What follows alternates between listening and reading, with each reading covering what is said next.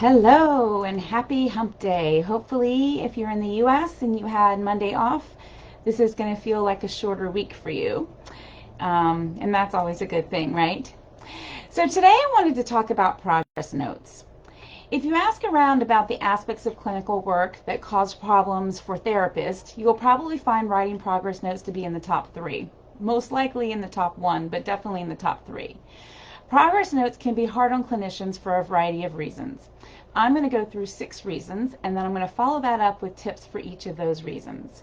Number 1, the emotional toll of the session causes you to avoid writing the note and experiencing the emotional toll again. Number 2, you don't have a good system in place to make sure you're on top of your notes. Number 3, you have ADHD like me and find it hard to get motivated to do mundane tasks. After all, we have an interest-based nervous system, and who's interested in progress notes? Number 4, you're so far behind that overload and fear of an audit have you paralyzed. Number 5, you feel insecure about what should be in the note and worry you're not covering all of your bases. And number 6, your EHR or note-taking system is cumbersome, so you avoid it. If you fit into any of the 6 categories I've listed, then I'm going to go through tips to get caught up and stay caught up with your progress notes. So number 1 was emotional toll. This can be especially difficult for some niches, such as those that do work around trauma. Writing the note immediately after the session while you're still in that emotional headspace can be really helpful. Also consider doing conjoint notes where you write the note as the session occurs. Or you can leave time at the end of the session to summarize the session, to create a summary of the session with your client and write the note with them there. Number 2, you don't have a good system. There's nothing better than ending your workday knowing all of your notes have been written and you've filed your claims. One way of achieving this is by allowing 5 minutes between sessions to complete the note immediately.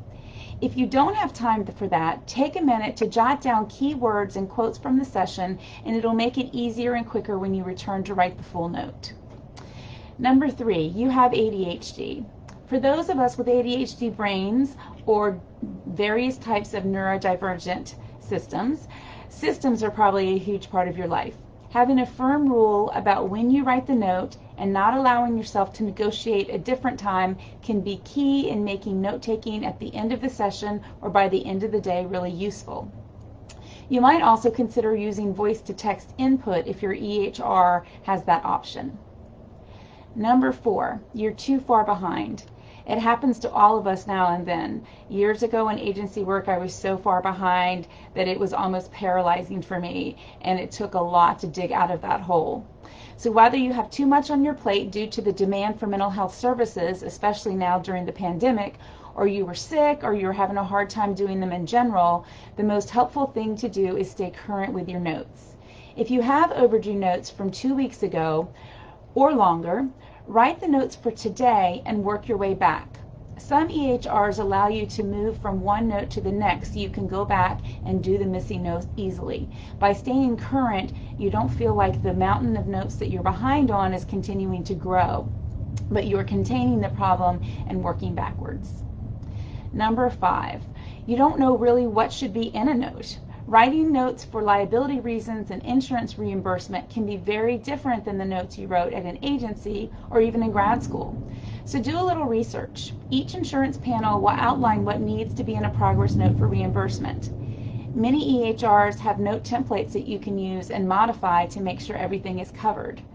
Consider taking an e-course by someone familiar with auditing cases so you can learn what you need to include.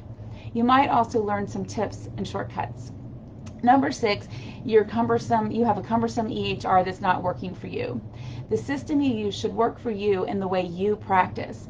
There are a number of choices of EHRs, and testing out several to see which one works well with how you practice is important. What works for your colleague may not be a good fit for you. I found over the years, instead of banging my head up against the wall using a template that was created by someone else that didn't flow easily with the way I do my sessions and my style of therapy, instead I found some templates that were similar, modified them to my own use, and found really good results with that.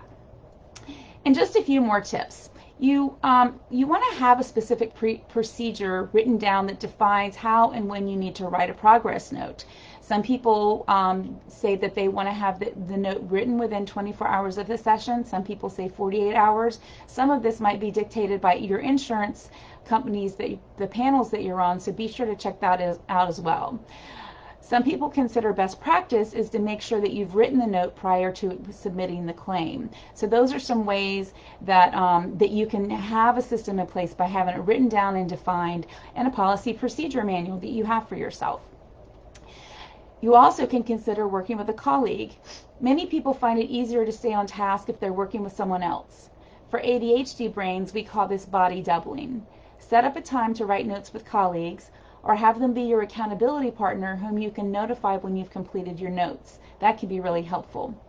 Or you can use the Pomodoro method to set aside uninterrupted focused time to get them done. Lastly, you might set aside admin time each day so you'll have uninterrupted time to get the damn things done, because no one wants to do them, but we have to have them done.